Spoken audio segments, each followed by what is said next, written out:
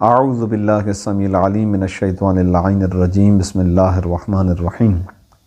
الحمد للہ رب العالمین وصلی اللہ علی محمد وآلہ الطاہرین اللہم صلی علی محمد وآل محمد وعجل فرجہم۔ مومنین حضرات، جیسا کہ آپ جانتے ہیں کہ ماہ رجب المرجب قریب ہے، اور ارادہ یہ کیا گیا ہے کہ ماہ رجب کی فضیلت اور اس کے اعمال کو آپ کی خدمت میں پیش کیا جائے۔ اس کے لیے چند ایک کتب کہ جن میں ائمہ معصومین علیہم الصلاۃ والسلام سے منقول روایات موجود ہیں،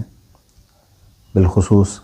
ایسی کتاب کہ جو ہر مومن کے گھر میں ہوتی ہے اور ہونی چاہیے، مفاتیح الجنان شیخ عباس قمی علیہ الرحمہ کی دعاؤں کی یہ کتاب ہے کہ جس میں شب و روز کے اعمال کا بیان ہے۔ اسی کتاب میں آپ ایک مقام پر جائیں گے تو ماہ رجب کے اعمال ذکر ہیں۔ آغاز میں 3 احادیث ائمہ معصومین علیہم الصلاۃ والسلام سے منقول ہیں، اور ہم کوشش کریں گے کہ جو کلام، جو مطلب کتاب کے اندر موجود ہے، اسی کو آپ کی خدمت میں پیش کیا جائے۔ اگرچہ اس کے علاوہ فضیلت کی روایات اور اعمال بہت ساری کتابوں میں منقول ہوئے ہیں، جیسے کہ خود آغا شیخ عباس قمی بھی اپنی کتاب میں حوالہ دیتے ہیں اقبال الاعمال کا، سید ابن طاؤس کی دعاؤں کی کتاب۔ اس کے اندر تفصیل سے اعمال کا بھی بیان ہے، فضیلت کے حوالے سے بھی کئی ایک روایات ہیں۔ کوشش کریں گے کہ بعض روایات کو آپ کی خدمت میں پیش کیا جا سکے۔ لا شک فیہا کہ یہ مہینہ نہایت ہی مقدس مہینہ ہے، عظیم مہینہ ہے، پروردگار عالم کے ہاں یہ حرمت والا مہینہ ہے، احترام والا مہینہ ہے۔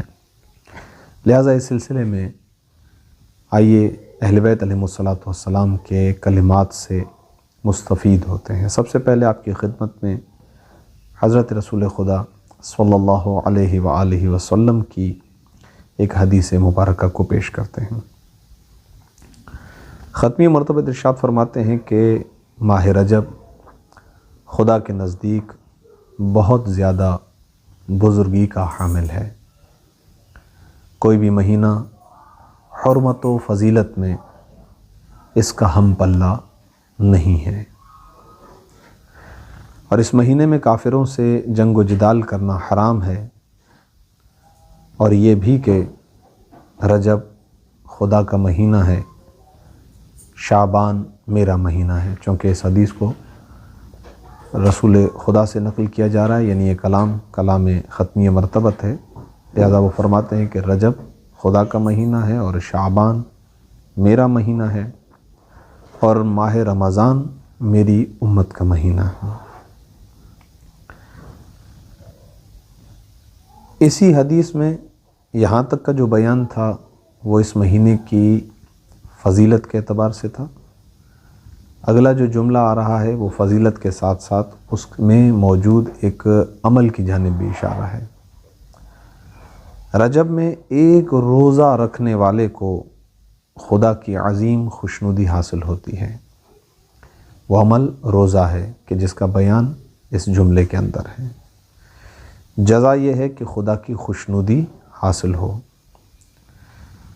ایک اور فائدہ اس عمل سے کہ غضب الہی اس شخص سے دور ہو جاتا ہے، اور جہنم کے دروازوں میں سے ایک دروازہ اس پر بند ہو جاتا ہے۔ یہ روایت ختمی مرتبت سے منقول ہے، جسے شیخ عباس قمی علیہ الرحمہ نے بیان کیا ہے۔ دوسری روایت ہمارے 7ویں امام حضرت امام موسیٰ کاظم علیہ الصلاۃ والسلام سے منقول ہے۔ امام علیہ الصلاۃ والسلام فرماتے ہیں کہ ماہ رجب میں ایک روزہ رکھنے سے جہنم کی آگ 1 سال کی مسافت تک دور ہو جاتی ہے، اور جو شخص اس ماہ میں 3 دن روزے رکھے تو جنت اس کے لیے واجب ہو جاتی ہے۔ یہ بھی امام علیہ الصلاۃ والسلام کا ہی فرمان ہے، یعنی امام موسیٰ کاظم علیہ الصلاۃ والسلام کا، کہ رجب بہشت میں ایک نہر کا نام ہے جس کا پانی دودھ سے زیادہ سفید اور شہد سے زیادہ شیریں ہے، اور جو شخص اس ماہ میں ایک دن کا روزہ رکھے تو وہ شخص اس نہر سے سیراب ہو پائے گا۔ یہ روایت ساتویں امام کی تھی۔ اب آپ کی خدمت میں چھٹے امام حضرت امام جعفر صادق علیہ الصلاۃ والسلام کی روایت کو پیش کرتے ہیں۔ امام علیہ الصلاۃ والسلام سے مروی ہے کہ حضرت رسول خدا صلی اللہ علیہ وآلہ وسلم نے فرمایا،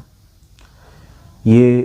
ائمہ اہل بیت علیہ الصلاۃ والسلام کے کلام کا طریقہ تھا کہ وہ جب بھی گفتگو کرتے تھے تو اپنی گفتگو کو جوڑتے تھے، اپنے سلسلہ سند کو پہنچاتے تھے ختمی مرتبت تک۔ بتلانا یہی مقصود ہے کہ نبی کا جو بتایا ہوا دین ہے، اگر وہ تمہیں صحیح حالت میں، محفوظ حالت میں اگر کہیں سے ملے گا تو وہ آل محمد کے ہی گھرانے سے ملے گا۔ لہذا چھٹے امام نے فرمایا کہ رسول اللہ نے یہ فرمایا کہ رجب میری امت کے لیے استغفار کا مہینہ ہے۔ یہاں سے سمجھ میں آیا کہ اس روایت میں ایک اور عمل کی جانب اشارہ کیا گیا ہے۔ پہلا عمل روزہ اور دوسرا عمل استغفار۔ استغفار کے سلسلے میں بہت روایات ہیں اس مہینے میں کہ یہ مہینہ خاص طور پر استغفار کا مہینہ ہے۔ استغفار کا لفظی معنی ہے طلب مغفرت، یعنی پروردگار عالم کی بارگاہ میں اپنے گناہوں کا اعتراف کرتے ہوئے خدا سے معافی طلب کرنا استغفار کہلاتا ہے۔ اور جیسا کہ یہ اپنے مقام پر واضح ہے کہ استغفار خود ایک مستقل عبادت ہے۔ ماہ رجب کی فضیلت یہ ہے کہ یہ استغفار کا مہینہ ہے، بس اس مہینے میں زیادہ سے زیادہ طلب مغفرت کرو۔ یعنی چھٹے امام بیان فرما رہے ہیں کہ رسول اللہ یہ کہتے ہیں کہ اس مہینے میں زیادہ سے زیادہ خدا سے اپنے گناہوں کی معافی مانگو کہ خدا بہت بخشنے والا اور بڑا مہربان ہے۔ رجب کو اصب بھی کہتے ہیں کیونکہ اس ماہ میں میری امت پر خدا کی رحمت بہت زیادہ برستی ہے۔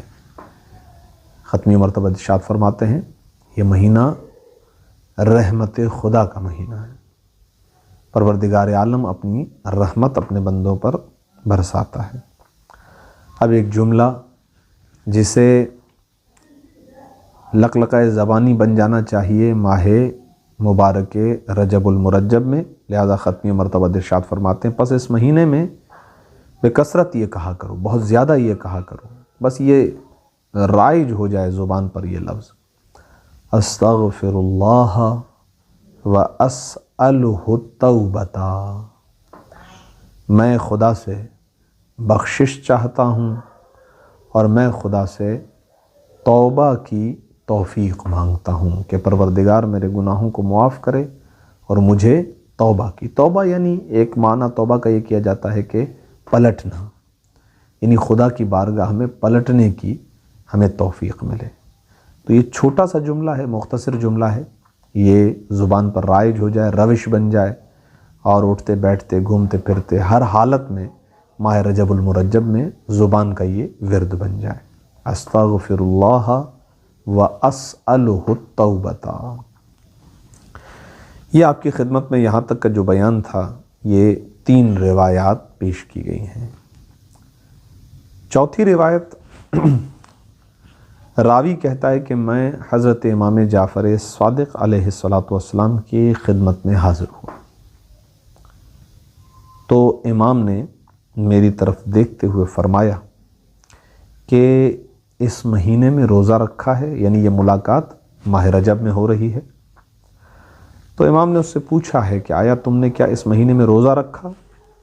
راوی کہتا ہے کہ میں نے عرض کیا فرزند رسول واللہ نہیں، میں نے روزہ نہیں رکھا۔ تب امام علیہ الصلاۃ والسلام نے فرمایا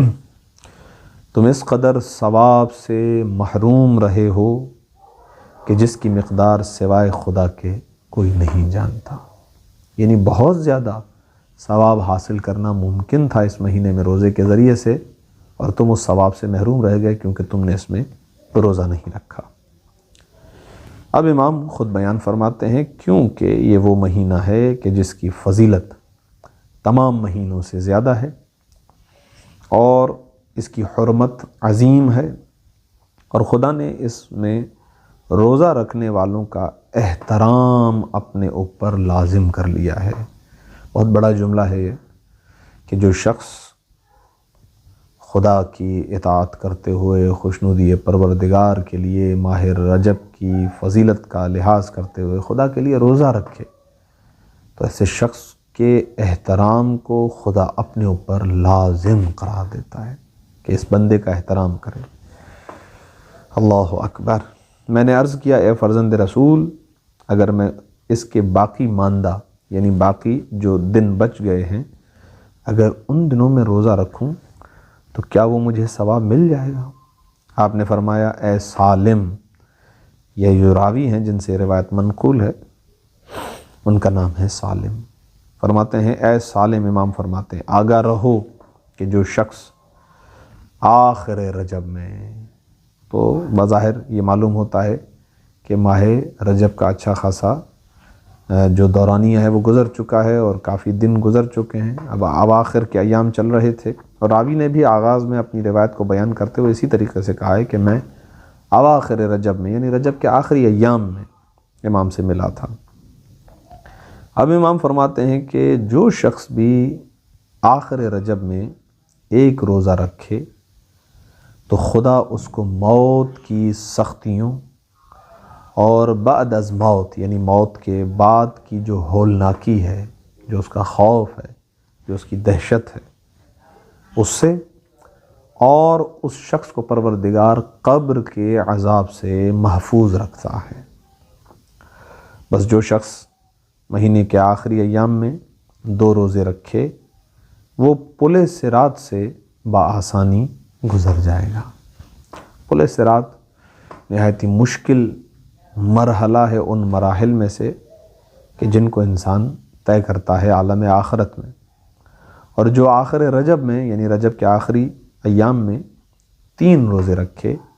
تو اسے قیامت میں سخت ترین خوف، تنگی اور ہولناکی سے محفوظ رکھا جائے گا، اور اس کو جہنم کی آگ سے آزادی کا پروانہ مل جائے گا۔ نہایت ہی خوبصورت اور نہایت ہی عظیم اور بہترین روایت چھٹے امام سے آپ کی خدمت میں پیش کی گئی۔ اس مقام پر پہنچنے کے بعد ممکن ہے کہ 2 سوالات ذہن کے اندر آئیں۔ پہلا سوال یہ ہے کہ جو شرعی اعتبار سے ہے کہ بہرحال نماز اور روزے کے سلسلے میں ایک فرق ہے کہ نماز میں اگر خدا نخواستہ کوئی نماز قضا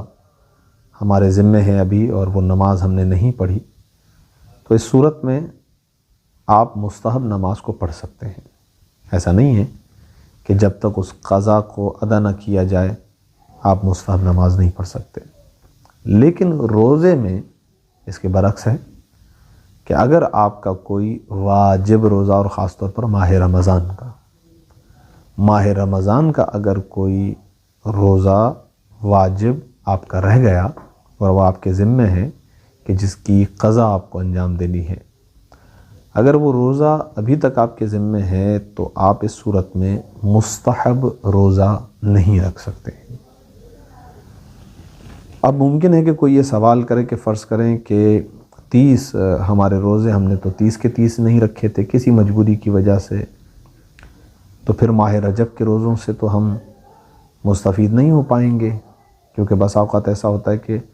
ہم ثواب کو سنتے ہیں جیسا کہ ابھی بیان کیا گیا 4 روایات میں، تو تشویق بڑھتی ہے، شوق بڑھتا ہے، رغبت بڑھتی ہے، اور اسی وجہ سے ہی ائمہ معصومین ان چیزوں کو بیان بھی کرتے ہیں کہ یہ چیزیں شوق اور رغبت کا باعث بنتی ہیں کہ انسان اعمال صالحہ کی طرف بڑھے۔ اور اس کے بارے میں تو اقبال الاعمال کے اندر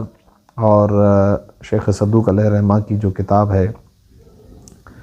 اعمال کی جزا کے سلسلے میں ان دونوں کتابوں کے اندر یہ مطلب بہرحال واضح ہے، جس روایت کا مفہوم یہ ہے کہ اگر کوئی شخص کوئی اچھا عمل کہیں سے سنتا ہے کہ اسے یہ عمل انجام دینے پر یہ ثواب ملے گا، اور بعد میں وہ اسی شوق و رغبت میں کہ خدا ثواب دے گا وہ اس عمل کو انجام بھی دیتا ہے، اچھا عمل، تو اگرچہ وہ روایت صحیح نہ بھی ہو، اگرچہ وہ منقول نہ بھی ہوا ہو، پھر بھی پروردگار عالم اس کو جزا، بہترین اجر اور ثواب عطا فرماتا ہے۔ یہ اس روایت کا مفہوم ہے۔ لہذا ہو سکتا ہے کوئی شخص یہ اپنے ذہن میں سوچے کہ اگر فرض کریں 30 کے 30 دن تو ہمارے گئے، ہم تو قضا جو ہمارے ذمے ہیں ہمیں وہ رکھنے ہیں، مستحب روزے تو نہیں رکھ سکتے۔ تو اس سلسلے میں مراجعین سے جب یہ سوالات پوچھے گئے ہیں تو ان کا جواب یہی ہے کہ ایسا نہیں ہے، آپ نیت جو کریں گے وہ اپنے قضا روزے کی کریں گے، لیکن چونکہ اگر دیکھا جائے تو آپ وہ روزہ ماہ رجب میں ہی رکھ رہے ہیں، تو انشاءاللہ پروردگار عالم جو کہ یقیناً کرم کرنے والا ہے، فضل اپنے بندوں پر کرنے والا ہے، وہ آپ کو قضا روزے جو آپ نے رکھ لیے ان کو اس کا ثواب بھی عطا کرے گا، اور ماہ رجب المرجب کے روزوں کی جو فضیلت اور جزا ہے پروردگار انشاءاللہ وہ بھی عطا فرمائے گا۔ لہٰذا نیت ہماری یہی ہوگی کہ ہم اپنے قضا روزے رکھ رہے ہیں، لیکن انشاءاللہ ثواب دونوں چیزوں کا ملے گا۔ یہ ہو گئی ان افراد کے لیے کہ جو شرعی حیثیت سے اس حوالے سے سوال اپنے ذمن میں رکھتے تھے۔ ایک اور زاویہ ہے، اور وہ یہ ہے کہ ممکن ہے کہ کوئی شخص واقعاً روزے رکھ ہی نہ سکتا ہو، نہ فقط ماہ رمضان کے واجبی روزے نہیں رکھ پا رہا، تو پھر وہ مستحب روزے کہاں سے رکھے؟ تو ہو سکتا ہے کسی کے ذہن میں یہ سوال آئے کہ اگر کوئی شخص روزہ نہ رکھ سکتا ہو تو پھر یہ ثواب اسے کیسے حاصل ہو؟ تو یہاں پر بعض روایات کی روشنی میں شیخ عباس قمی اسی کتاب میں فرماتے ہیں کہ اگر کوئی شخص روزہ نہ رکھ سکتا ہو تو اسے چاہیے کہ وہ ہر روز 100 مرتبہ تسبیحات پڑھے، تو اس کو روزہ رکھنے کا ثواب حاصل ہو جائے گا۔ یہ تسبیحات انہوں نے یہاں پر نقل فرمائی ہیں، فرماتے ہیں سبحان الالہ الجلیل سبحان من لا ينبغي التسبیح الا له سبحان الاعز الاکرم سبحان من لبس العز وهو له اہل۔ یہ تسبیحات ہیں جن کو یہاں پر وہ نقل کرنے کے بعد فرماتے ہیں کہ اگر کوئی شخص جو کہ روزہ نہیں رکھ پاتا، اس کے لیے استطاعت و قدرت نہیں ہے، طاقت نہیں ہے کہ وہ روزہ رکھ پائے، تو وہ ان تسبیحات کو پڑھے، انشاءاللہ پروردگار عالم اس شخص کو وہی ثواب اور وہی اجر اور وہی جزا عطا فرمائے گا کہ جو روزہ رکھنے والے کو ملے گی۔ یہاں تک بیان ایک اعتبار سے دیکھا جائے تو فضیلت کا بیان بھی تھا، اگرچہ اس کے ساتھ ساتھ 2 اعمال کی طرف بھی اشارہ کیا گیا، ایک روزہ ہے اور دوسرا استغفار ہے۔ اس کے بعد مستقل طور پر شیخ عباس قمی ماہ رجب کے مشترکہ اعمال کو بیان کرتے ہیں۔ اب اس کے اندر ظاہر ہے کہ جو مطمع نظر ہے وہ عمل ہے، اور بعض اعمال کے بعد شیخ عباس قمی اس عمل کی فضیلت، اس کا ثواب، اس کی جزا، کیونکہ وہ ماہ رجب سے مختص ہے تو ماہ رجب کے اعتبار سے اس کا یہ شرف ہے، تو یہ ماہ رجب کی ہی فضیلت شمار ہوگی۔ لہٰذا مشترکہ اعمال کہ جو آپ ماہ رجب میں، پورے ماہ رجب میں، یعنی ان میں سے بعض ایسے اعمال ہیں کہ جن کو روزانہ انجام دینا چاہیے، بعض ایسے اعمال ہیں کہ جن کی آپ مہینے میں کسی بھی دن اور کسی بھی وقت اس عمل کو انجام دیں، تو اس طریقے سے شیخ عباس قمی علیہ الرحمہ نے اعمال کو بیان کیا ہے۔ ان میں سب سے پہلے تو دعائیں ہیں، مختصر دعائیں ہیں، کوئی 2 منٹ 3 منٹ کی دعائیں ہیں، لہٰذا کوشش ہونی چاہیے کہ جب ہم نماز پڑھتے ہیں تو نماز کے بعد بیٹھ کر تینوں اوقات کے اندر، فجر کے بعد یا ظہرین کے بعد یا مغربین کے بعد بیٹھ کر ان تعقیبات کو ضرور پڑھیں جو خاص ہیں ماہ رجب المرجب سے، کہ بہرحال ان کا کثیر فائدہ ہے، اور یہ وہ کلمات ہیں کہ جو ائمہ معصومین علیہم الصلاۃ والسلام کی زبان مطہر سے صادر ہوئے ہیں۔ پہلے عمل میں فرماتے ہیں کہ رجب کے پورے مہینے میں یہ دعا پڑھتے رہنا چاہیے، کیونکہ روایت ہے کہ یہ وہ دعا ہے کہ جسے امام زین العابدین علیہ الصلاۃ والسلام نے ماہ رجب میں تلاوت فرمایا ہے۔ یا من یملک حوائج السائلین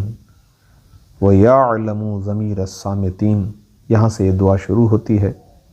اور انک علی کل شیء قدیر، اس مقام تک یہ دعا ختم ہوتی ہے۔ یہ دعا بھی نہایت مختصر ہے، میں آپ کی خدمت میں عرض کروں بمشکل 1 منٹ میں یہ دعا پڑھی جا سکتی ہے۔ امام زین العابدین کی تعلیم کردہ یہ دعا ہے۔ دوسرا عمل یہ وہ دعا ہے کہ جو حضرت امام جعفر صادق علیہ الصلاۃ والسلام سے منقول ہے، یہ امام ہر روز پڑھا کرتے تھے، یعنی یہ وہ دعائیں ہیں کہ جو روزانہ کی دعائیں ہیں ایک لحاظ سے۔ خواب الوافدون علی غیرک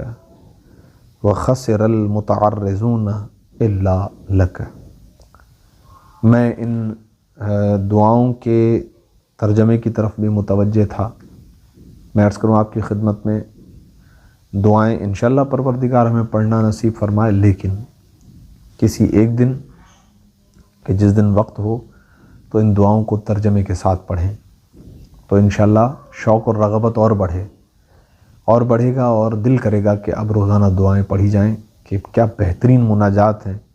کہ جو ائمہ معصومین علیہ الصلاۃ والسلام نے ہمیں سکھائی ہیں کہ ماہ رجب میں پروردگار سے کیسے راز و نیاز کیا جائے۔ نا امید ہوئے تیرے غیر کی طرف جانے والے، جو بھی تیرے علاوہ کسی اور کے دروازے پر گیا وہ نا امید ہو گیا۔ یہ دعا اس مقام سے شروع ہوتی ہے اور اس جملے پر ختم ہوتی ہے کہ وغفر لی یوم الدین، اور وہ جو قیامت کا دن ہے، اے پروردگار اس دن مجھے بخش دے، میرے گناہوں کو معاف فرما۔ تیسرا عمل یہ بھی ایک دعا ہے، اور خود فرماتے ہیں کہ شیخ نے مصباح میں، یہ بھی دعاؤں کی ایک کتاب ہے اقبال الاعمال کی طرح، معلیٰ ابن خنیس نے، یہ راوی ہیں، انہوں نے حضرت امام جعفر صادق علیہ الصلاۃ والسلام سے روایت کی ہے،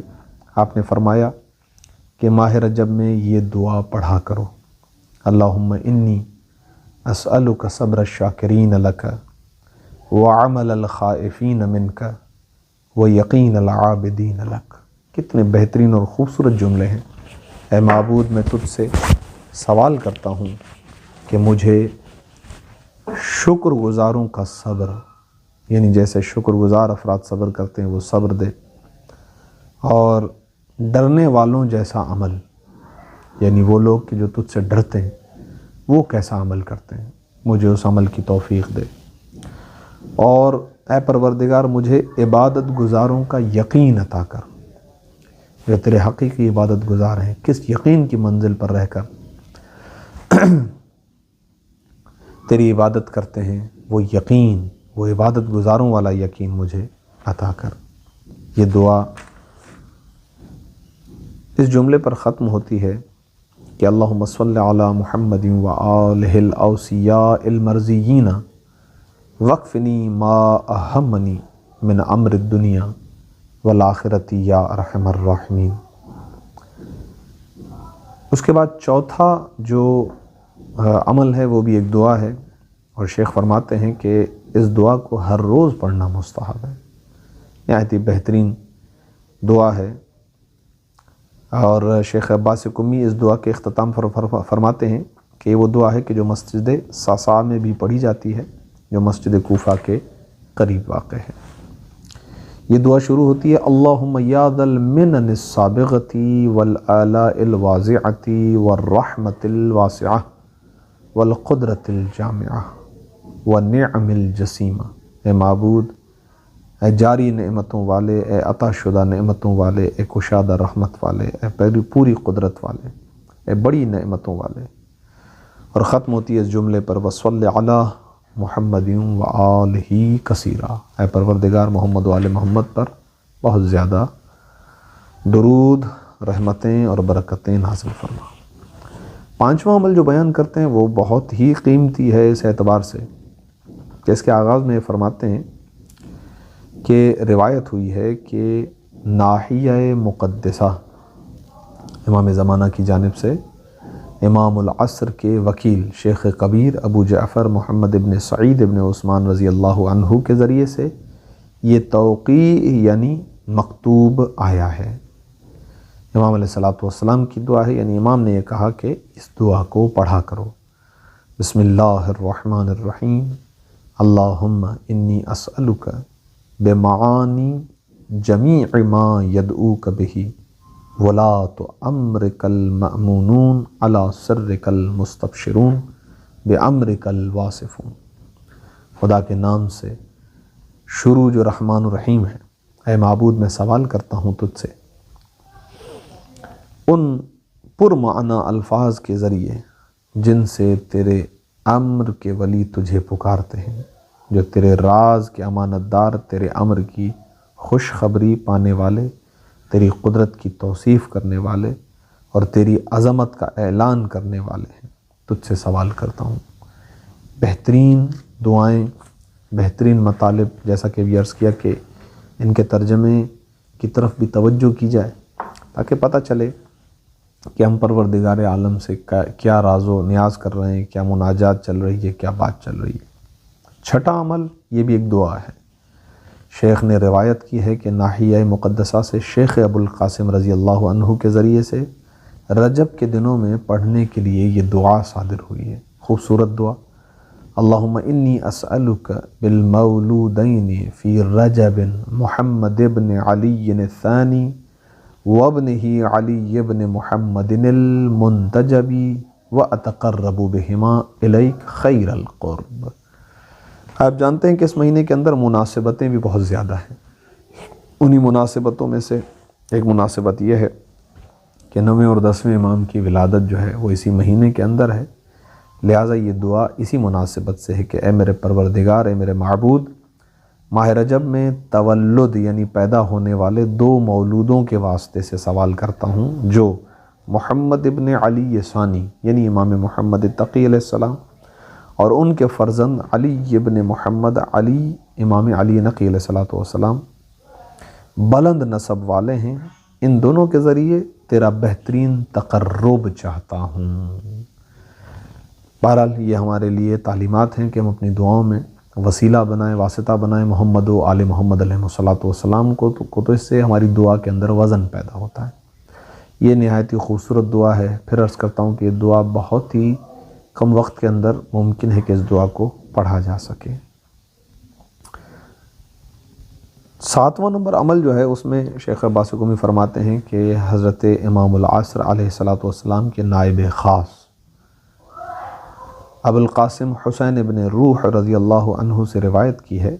کہ رجب کے مہینے میں ائمہ علیہ السلام میں سے جس امام کی ذریعہ کے لیے بھی آپ جائیں تو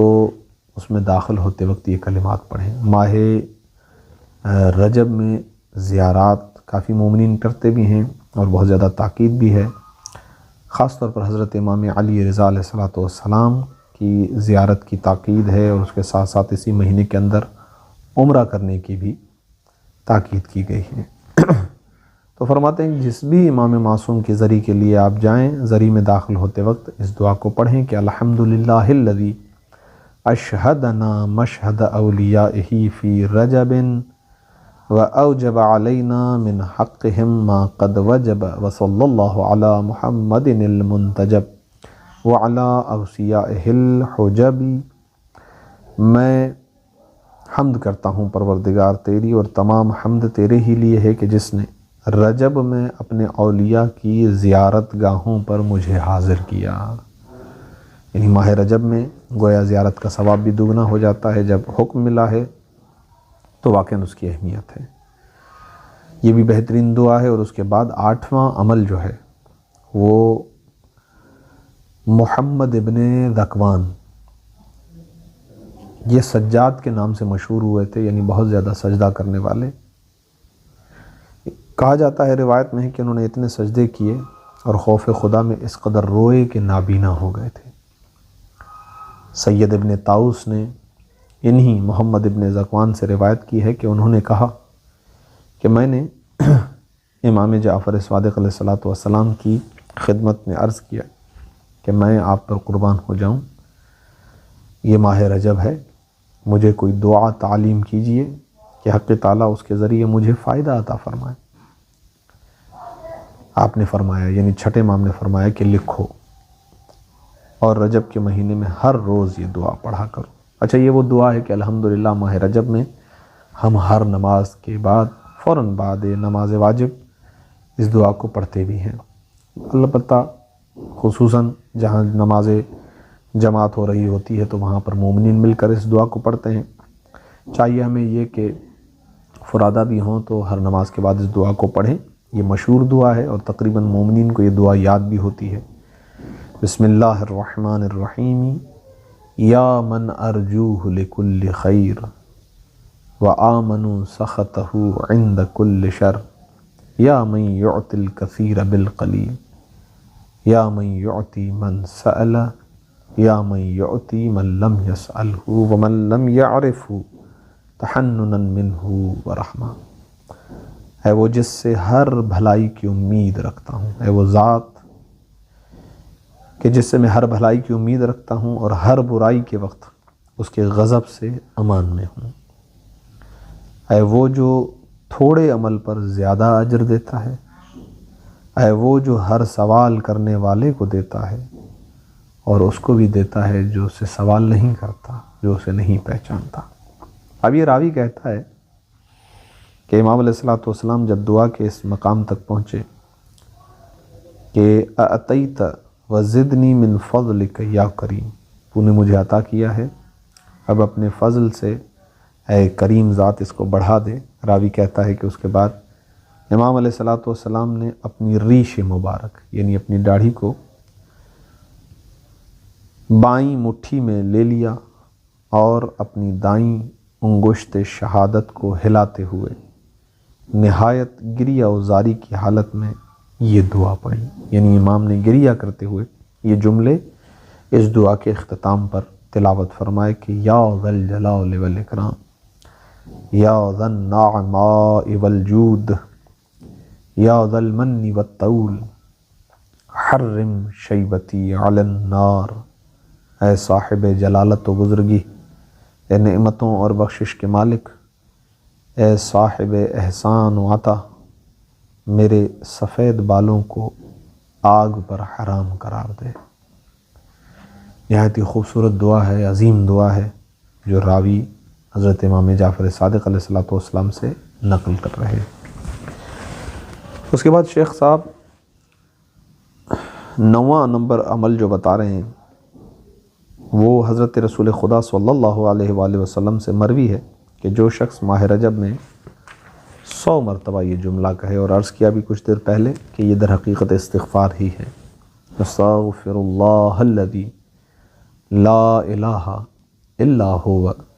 وحدہ لا شریک لہ واتوب الیہ، یہ جملہ ہے۔ 100 مرتبہ جو شخص یہ جملہ کہے، رسول اللہ فرماتے ہیں کہ اس جملہ کہنے کے بعد 100 مرتبہ کہنے کے بعد اگر صدقہ دے تو حق تعالیٰ اس پر اپنی تمام تر رحمت و مغفرت نازل کرے گا، اور جو اسے 400 مرتبہ پڑھے، روایت میں پہلے 100 مرتبہ آیا اور پھر فرماتے ہیں کہ اگر اسے 400 مرتبہ پڑھے تو خدا اسے 100 شہیدوں کا ثواب عطا فرمائے گا۔ یہ ذکر ہے، اور اس ذکر کو اگر 100 مرتبہ یا 400 مرتبہ پڑھا جائے تو یہ جزا جو ختمی مرتبت نے بیان فرمائی۔ 10واں عمل بھی اسی طرح ایک چھوٹا سا جملہ ہے۔ حضرت رسول خدا صلی اللہ علیہ وآلہ وسلم سے روایت ہوئی کہ ماہ رجب میں جو شخص 1000 مرتبہ لا الہ الا اللہ، اچھا یہ اتنے مختصر چھوٹے جملے ہیں کہ بہرحال ان کو ہمیں الگ سے یاد کرنا نہیں پڑے گا کہ ہمیں یہ یاد ہے، ہماری زبان پر یہ رواں ہیں۔ جو شخص 1000 مرتبہ یہ جملہ کہے، یعنی یہ پورے ماہ رجب میں ہے، پورے ماہ رجب میں 1000 مرتبہ اگر کوئی کہے تو حق تعالیٰ اس کی 1000 نیکیاں لکھے گا اور جنت میں اس کے لیے 100 شہر بنائے گا۔ 11واں عمل یہ بھی روایت ہوئی ہے کہ جو شخص رجب کے مہینے میں صبح و شام 70 مرتبہ، یعنی صبح 70 مرتبہ اور شام 70 مرتبہ کہے استغفر اللہ و اتوب الیہ، اور پھر اپنے ہاتھوں کو بلند کرے اور یہ جملہ کہے اللہم اغفر لی وتب علی،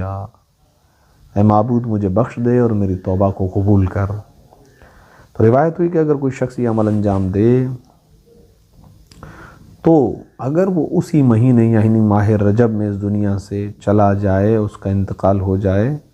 تو اللہ تعالیٰ اس مہینے کی برکت سے اس شخص سے راضی ہو جائے گا اور آتش جہنم اسے ہرگز نہیں چھوئے گی۔ 12واں عمل، رجب کے پورے مہینے میں 1000 مرتبہ یہ جملہ پڑھنا استغفر اللہ ذا الجلال والاکرام من جمیع الذنوب والآثام، تاکہ حق تعالیٰ اس شخص کو بخش دے، یعنی بخشش کے لیے، مغفرت کے لیے یہ ورد اور ذکر بیان کیا گیا ہے۔ 13ویں عمل میں شیخ عباس قمی فرماتے ہیں کہ سید نے اقبال میں، یعنی سید ابن طاؤس نے اقبال الاعمال میں حضرت رسول خدا صلی اللہ علیہ وآلہ وسلم سے نقل کیا ہے کہ ماہ رجب میں سورہ اخلاص، یہاں سے قرآن کی تلاوت کی طرف بھی تشویق دلانا مقصود ہے کہ سورہ اخلاص کے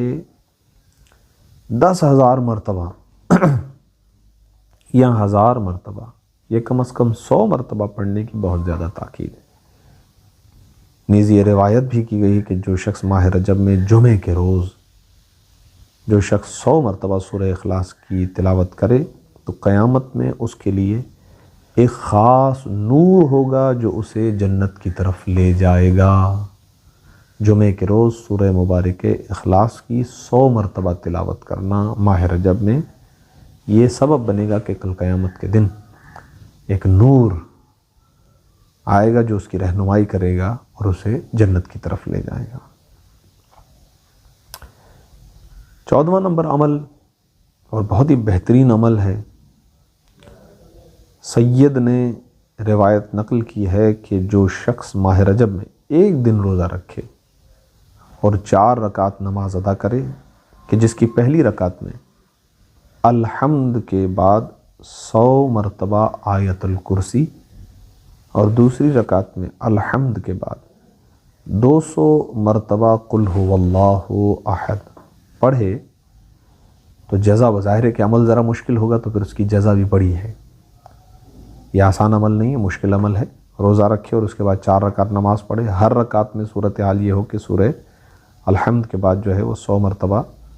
جو ہے وہ آیت الکرسی ہے اور پھر 200 مرتبہ سورہ قل هو اللہ احد ہے۔ تو جزا یہ ہے کہ وہ شخص مرنے سے پہلے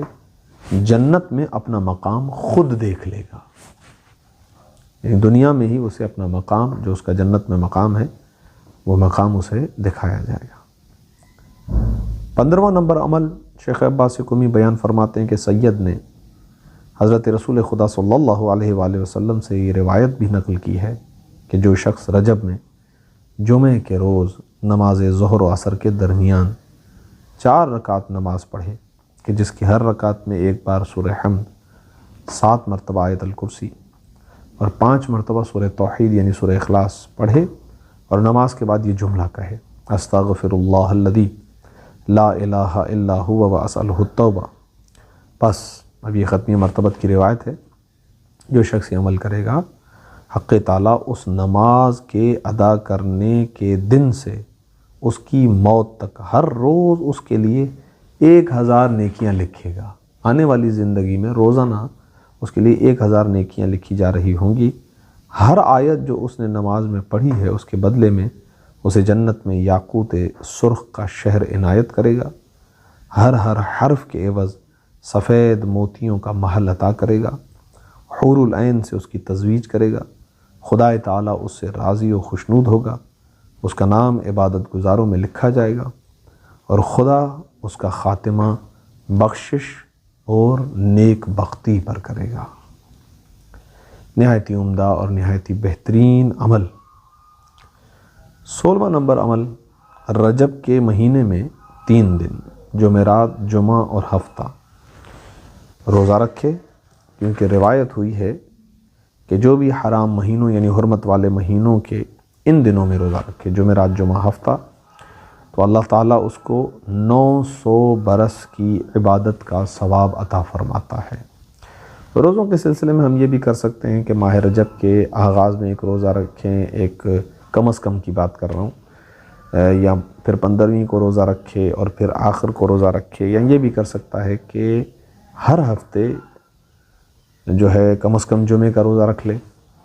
تو اس طرح 4 سے 5 روزے ہو جائیں گے، یا یوں کر لے کہ جمعرات، جمعہ اور ہفتہ، ہر ہفتے میں جمعرات، جمعہ، ہفتہ، تو کم از کم یہ والی فضیلت جو ہے وہ حاصل ہو جائے گی۔ 17واں نمبر عمل جو ہے وہ فرماتے ہیں کہ پورے ماہ رجب میں 60 رکعت نماز اس طرح پڑھے کہ ہر شب میں 2 رکعت بجا لائے، جس کی ہر رکعت میں سورہ حمد 1 مرتبہ، سورہ کافرون 3 مرتبہ، سورہ قل هو اللہ احد 1 مرتبہ،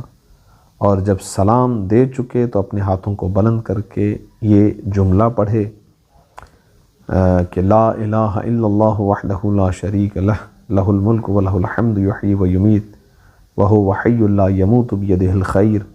وہو علی کل شیء قدیر والیہ المصیر ولا حول ولا قوة الا باللہ العلی العظیم اللہم صل علی محمد النبی الامی وآلہ۔ یہ دعا پڑھنے کے بعد اپنے دونوں ہاتھوں کو اپنے چہرے پر پھیرے۔ ختمی مرتبہ فرماتے ہیں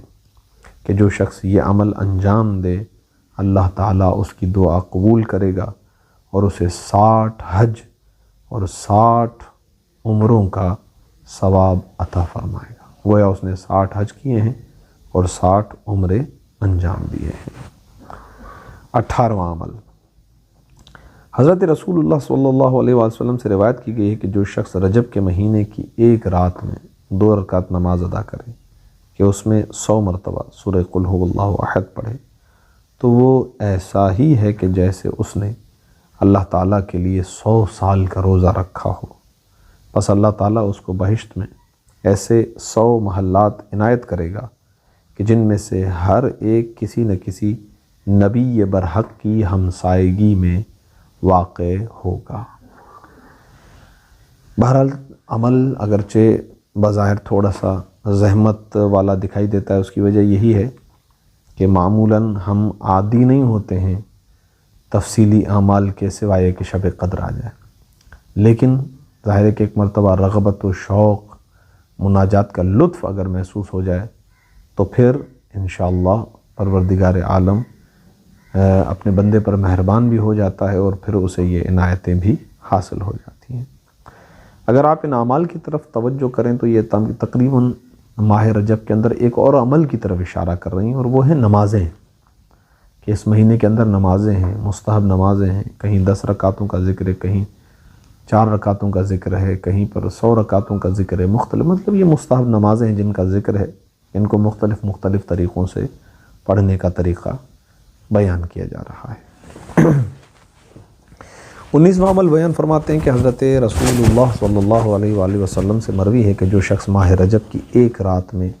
10 رکعت نماز پڑھے کہ جس کی ہر رکعت میں سورہ فاتحہ و سورہ کافرون 1 مرتبہ اور سورہ قل هو اللہ احد 3 مرتبہ پڑھے، تو اللہ تعالیٰ اس کا ہر وہ گناہ بخش دے گا کہ جو اس نے کیا ہو۔ علامہ مجلسی علیہ الرحمہ نے کتاب زاد المعاد کے اندر ذکر فرمایا ہے کہ حضرت امیر المؤمنین علی بن ابی طالب علیہ السلام سے نقل کیا گیا ہے کہ حضرت رسول خدا صلی اللہ علیہ وآلہ وسلم نے فرمایا کہ جو شخص رجب، شعبان اور رمضان کی ہر رات اور دن میں سورہ الحمد، آیت الکرسی، سورہ کافرون، سورہ اخلاص، سورہ فلق، سورہ ناس میں سے ہر ایک 3 مرتبہ پڑھے اور پھر 3 مرتبہ یہ کہے، یہ تلاوت ہے قرآن کی، یہاں پر نماز کا ذکر نہیں ہے، تلاوت کا ذکر ہے۔ سبحان اللہ والحمد للہ ولا الہ الا اللہ واللہ اکبر ولا حول ولا قوة الا باللہ العلی العظیم۔ پھر 3 مرتبہ یہ جملہ کہے اللہم صل علی محمد وآل محمد، پھر 3 مرتبہ کہے اللہم اغفر للمؤمنین والمؤمنات، اور پھر 400 مرتبہ کہے استغفر اللہ واتوب الیہ۔ یہ عمل امیر المومنین رسول اللہ سے اس حدیث کو نقل کر رہے ہیں۔ علامہ مجلسی نے زاد المعاد کے اندر اس کو لکھا کہ بس جو شخص یہ عمل انجام دے اللہ تعالیٰ اس کے گناہ بخش دے گا، چاہے وہ بارش کے قطروں کے برابر ہوں، درختوں کے پتوں کے برابر ہوں اور دریاؤں کی جھاگ جتنے ہوں۔ لہٰذا نیز علامہ مجلسی یہ بھی فرماتے ہیں کہ اس مہینے کی ہر رات میں 1000 مرتبہ لا الہ الا اللہ کہنا بھی وارد ہوا ہے۔ یہاں تک تقریباً جو اعمال ہیں وہ ان اعمال کا بیان ہے کہ جن میں پورے ماہ رجب کے اندر یہ عمل آپ کسی بھی وقت انجام دے سکتے ہیں۔ اب ایک عمل کی طرف اشارہ کر رہے ہیں، اور یہ عمل جو ہے اس کی بہت زیادہ فضیلت ہے، روایات کے اندر اس پر الگ سے گفتگو کی گئی ہے۔ ماہ رجب المرجب میں آنے والی پہلی شب جمعہ، یہاں تک کہ اس کا ایک الگ سے نام روایات کے اندر آیا ہے، لیلۃ الرغائب، رغبتوں والی رات۔ اقبال الاعمال کے اندر سید نے بھی اس کو بیان کیا، سید ابن طاؤس نے، اور علامہ مجلسی نے بھی فرماتے ہیں کہ ماہ رجب کی پہلی شب جمعہ کو لیلۃ الرغائب یعنی رغبتوں والی رات کہا جاتا ہے۔ اس شب کے لیے حضرت رسول اللہ صلی اللہ علیہ وآلہ وسلم سے ایک خاص نماز نقل ہوئی ہے جس کے فضائل بہت زیادہ ہیں، خود اس نماز کی فضیلتیں بہت زیادہ ہیں۔ ان میں سے ایک دو فضیلتیں آپ کی خدمت میں بیان کرتے ہیں۔ اس نماز کی برکت سے کثیر گناہ معاف ہو جائیں گے، اور قبر کی پہلی رات یہ نماز اللہ کے حکم سے خوبصورت بدن کے ساتھ، خندہ چہرے کے ساتھ یعنی مسکراتے چہرے کے ساتھ، اور صاف و شیریں زباں کے ساتھ آ کر کہے گی کہ اے میرے حبیب، یعنی نماز پڑھنے والے کو کہے گی، اے میرے حبیب خوشخبری ہو تجھے کہ تو نے ہر تنگی اور سختی سے نجات پا لی ہے۔ قبر کی پہلی رات میں یہ نماز آئے گی۔ آپ جانتے ہیں کہ روایات کے اندر پہلی رات جو ہے قبر کی بہت سخت ہے، اس کی وحشت، ظاہر ہے کہ انسان پہلی مرتبہ اس منظر کو دیکھتا ہے تو وہ دہشت، وہ وحشت، وہ تنہائی بڑی سخت ہے۔ یہ نماز وہاں کام آتی ہے اور آ کر کہتی ہے کہ تجھے خوشخبری ہو کہ ہر مشکل ختم، ہر تنگی اور سختی سے نجات دے دی گئی ہے آپ کو۔ وہ شخص پوچھے گا کہ تو کون ہے؟ کہ میں نے تجھ جیسا، یعنی یہ شخص کہے گا کہ میں نے تجھ سا خوبصورت شیریں کلام اور خوشبو والا کوئی نہیں دیکھا، یعنی اس سے پہلے اتنا خوبصورت، اتنی میٹھی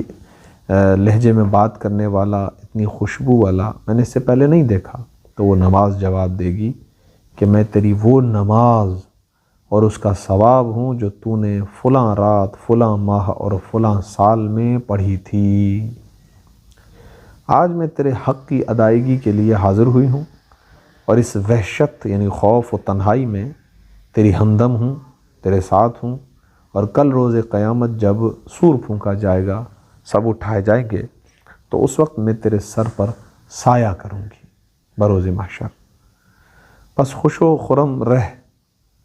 کہ خیر و نیکی کبھی تجھ سے اب دور نہیں ہوگی، خیر و نیکی اب ہم تمہارے ساتھ ہی ساتھ رہے گی۔ اس بابرکت نماز کی ترکیب اور طریقہ یہ ہے کہ ماہ رجب کی پہلی جمعرات، یعنی پہلی جو جمعرات آئے گی اس کو پہلے روزہ رکھنا ہے، اور روزہ رکھنے کے بعد اب جو شب جمعہ آئے گی تو شب جمعہ میں جب آپ نماز مغربین پڑھیں گے تو مغرب اور عشاء کی نماز کے درمیان، مغرب پڑھنے کے بعد اس نماز کو پڑھنا ہے، بعد میں عشاء پڑھنی ہے۔ شب جمعہ میں مغرب اور عشاء کے درمیان 12 رکعت نماز ہے، یہ مستحب نماز ہے، 2 کر کے پڑھی جائیں گی۔ 12 رکعت نماز 2 رکعت کر کے پڑھے کہ ہر رکعت میں سورہ الحمد کے بعد، ہر رکعت میں سورہ فاتحہ پڑھنے کے بعد 3 مرتبہ سورہ مبارک قدر، انا انزلناہ فی لیلۃ القدر،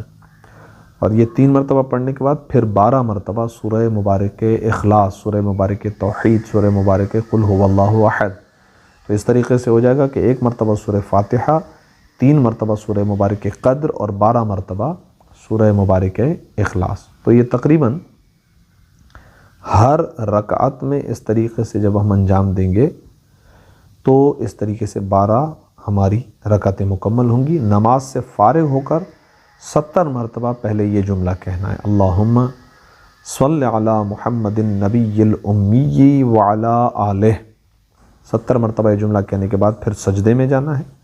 اور سجدے میں جا کر 70 مرتبہ یہ ذکر پڑھنا ہے کہ سبوح قدوس رب الملائکۃ والروح۔ پھر سر سجدے سے اٹھانا ہے اور پھر 70 مرتبہ یہ جملہ کہنا ہے کہ رب اغفر وارحم وتجاوز عما تعلم انک انت العلی الاعظم۔ اور پھر سر سجدے میں رکھنا ہے اور 70 مرتبہ دوبارہ وہی جملہ دہرانا ہے کہ سبوح قدوس رب الملائکۃ والروح۔ یہ طریقہ نماز تھا، ترکیب نماز تھی۔ اور ختمی مرتبہ فرماتے ہیں کہ اس کے بعد اپنی حاجت طلب کی جائے، حاجت طلب کریں، جو بھی حاجت ہو انشاءاللہ پروردگار عالم وہ پوری فرمائے گا۔ یہاں پر نماز لیلۃ الرغائب، یہ رغبتوں والی رات ہے، عبادت کی رات ہے، اس میں خاص طور پر اس نماز کو نہایت خشوع و خضوع کے ساتھ انجام دیا جانا چاہیے کہ یقیناً انسان قبر کی پہلی رات کے لیے بہت پریشان رہتا ہے، اور بہت زیادہ روایات میں اس کی وحشت، اس کی دہشت، اس کی تنہائی کے بارے میں روایات ہیں۔ اس سلسلے میں یہ نماز نہایت مفید ہے۔ آخر میں اشارہ ہے اس بات کی طرف کہ جو ابھی تھوڑی دیر پہلے اشارتاً آپ کی خدمت میں تذکر دیا، یاد رہے کہ ماہ رجب میں امام علی رضا علیہ السلام کی زیارت کو جانا مستحب ہے، جیسا کہ اس ماہ میں عمرہ ادا کرنے کی بھی بہت زیادہ فضیلت بیان کی گئی ہے، اور عمرے کی فضیلت حج کے قریب قریب ہے۔ ماہ رجب کے اندر جو عمرہ کیا جائے اس کی فضیلت گویا حج کے ثواب کے قریب قریب۔ روایت ہوئی ہے کہ امام زین العابدین علیہ السلام ماہ رجب میں عمرہ ادا فرماتے تھے، دن رات حرم کعبہ میں امام علیہ السلام نمازیں پڑھتے تھے، شب و روز امام علیہ السلام سجدے میں پڑے رہتے تھے، اور امام کی زبان مقدس پر یہ کلمات جاری رہتے تھے۔ امام فرماتے تھے عظم الذنب من عبدک فلیحسن العفو من عندک، سبحان اللہ۔ امام فرماتے تھے تیرے بندے کا گناہ بہت بڑا ہے، پس تیری طرف سے درگزر بھی خوب ہونی چاہیے۔ بندے کی طرف سے گناہ بڑا ہے تو تیری طرف سے بخشش بھی بہت بڑی ہونی چاہیے۔ پروردگار عالم ہمیں اس مہینے کی عظمت کو سمجھتے ہوئے بہترین سے بہترین عمل کرنے کی توفیق عطا فرمائے۔ اس مہینے میں پروردگار عالم نے جو بندوں کے لیے انعامات رکھے ہیں، جو بہترین جزا رکھی ہے، جو بہترین ثواب رکھا ہے، ہمیں اس ثواب سے، اس اجر سے، اس فائدے سے مستفید ہونے کی توفیق عطا فرمائے، اور جو عبادتیں ہم انجام دیں پروردگار ان عبادتوں کو محفوظ فرمائے، اور یہ عبادتیں لے کر کل قیامت کے دن خدا کی بارگاہ میں ہم پیش ہوں۔ اور بالخصوص ائمہ اہل بیت علیہ السلام سے بھی منسوب ہے یہ مہینہ ماہ رجب، کہ اس میں ہمارے لیے سب سے بڑی مناسبت 13 رجب المرجب ولادت باسعادت امیر المؤمنین علی ابن ابی طالب علیہ السلام بھی ہے۔ اس کے علاوہ بھی کئی ایک مناسبتیں ہیں، کوشش ہوگی کہ انشاءاللہ وقتاً فوقتاً ان مناسبتوں کی طرف بھی متوجہ کیا جائے، اور ان مناسبتوں کے اندر موجود ائمہ معصومین علیہ السلام کی جانب سے دی گئی تعلیمات کو بھی آپ کی خدمت میں پیش کیا جائے۔ دعائے پروردگار سے کہ پروردگار ہماری سعی کو اپنی بارگاہ میں قبول فرمائے۔ ربنا تقبل منا انک انت السمیع العلیم بجاہ محمد وآلہ الطاہرین، اللہم صلی علی محمد وآل محمد وعجل فرجہ۔